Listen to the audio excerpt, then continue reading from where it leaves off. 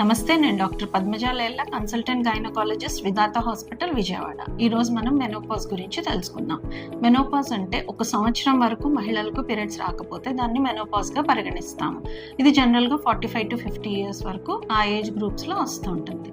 అలా కాకుండా కొంతమందికి అరౌండ్ 35 ఇయర్స్ ఆ టైంలోనే పీరియడ్స్ ఆగిపోతాయి. సో వాళ్ళని ప్రీమెచ్యూర్ ఓవేరియన్ ఫెయిల్యూర్గా పరిగణిస్తాం.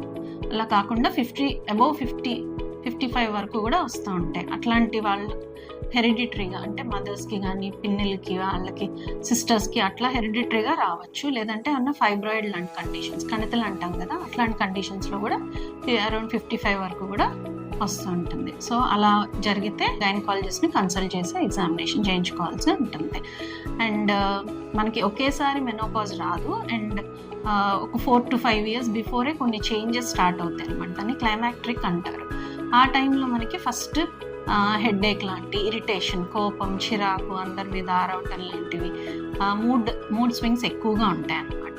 అండ్ డ్రై వెజైనా, డిస్పెరూనియా అంటే కలిసినప్పుడు ఇబ్బంది రావటం కానీ, అండ్ హాట్ ఫ్లషెస్, ఒకేసారి వేడిగా అనిపించటము, వేడి సెగల్లాగా అనిపించటం బాడీ అంతా, అండ్ అదే వెంటనే మళ్ళీ చెమటలు పట్టడము, ఇలాంటివి గుండె దడ అలాంటివి కనిపిస్తూ ఉంటాయి.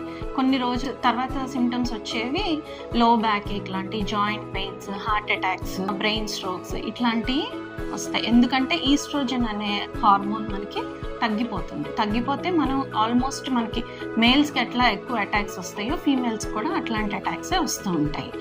ఈ చేంజెస్ ఉన్నప్పుడు మనం గైనకాలజిస్ట్ని కన్సల్ట్ అయ్యి బెటర్ ట్రీట్మెంట్ తీసుకోగలిగితే మనం ఇలాంటి సిమ్టమ్స్ నుంచి తొందరగా కోలుకోగలుగుతాము. అండ్ దీనికి కొంచెం రొటీన్ టెస్ట్లు, CBP, complete urine examination, liver టెస్ట్లు, కిడ్నీ ఫంక్షనింగ్ ఎట్లా ఉంది, ఈసీజీ, ఎకో, ఇలాంటి టెస్ట్లన్నీ చేసుకుని మన పరిస్థితి అనేది తెలుసుకుని దాన్ని బట్టి ట్రీట్మెంట్ ఇవ్వాల్సి ఉంటుంది. అండ్ దీనికి మెయిన్గా ట్రీట్మెంట్ వచ్చేసి మంచి డైట్ తీసుకోవాలి. ప్రోటీన్ డైట్ ఎక్కువ తీసుకోవటం, అండ్ సలాడ్స్ లాంటివి, కాల్షియం తగ్గితే calcium supplements, and counselling, urine infections వస్తే యాంటీబయాటిక్స్ లాంటివి వాడటము, అండ్ కాల్షియం సప్లిమెంట్స్ లాంటివి తీసుకోవటము, అండ్ హార్మోన్ రిప్లేస్మెంట్ థెరపీ. ముందే 35 ఇయర్స్ వాళ్ళకి మెనోపాజ్ వచ్చినట్టయితే వాళ్ళకి డెఫినెట్గా హార్మోన్ సప్లిమెంటేషన్ ఇవ్వాల్సి ఉంటుంది. సో అది only under the guidance of gynaecologist మాత్రమే వాడాల్సి ఉంటుంది. వీటన్నిటికన్నా most important thing family support. Mother ఇట్లా బిహేవ్ చేస్తుంది ఏంటి అని, వైఫ్ ఇట్లా ఉన్నారేంటి అని మీరు దగ్గరకు వచ్చి వాళ్ళకి సపోర్ట్గా తిన్నావా, రెస్ట్ తీసుకో అని వాళ్ళకి హెల్ప్ చేయగలిగితే, అండ్ స్మాల్ టూర్స్ లాంటివి ప్లాన్ చేయటం, వాళ్ళకి క్లైమేట్ చేంజ్ చేయగలిగితే, సో వాళ్ళు తొందరగా ఇలాంటి డిప్రెషన్స్ కూడా ఉంటాయి కాబట్టి రికవరీ అయ్యే ఛాన్సెస్ ఎక్కువగా ఉంటాయి.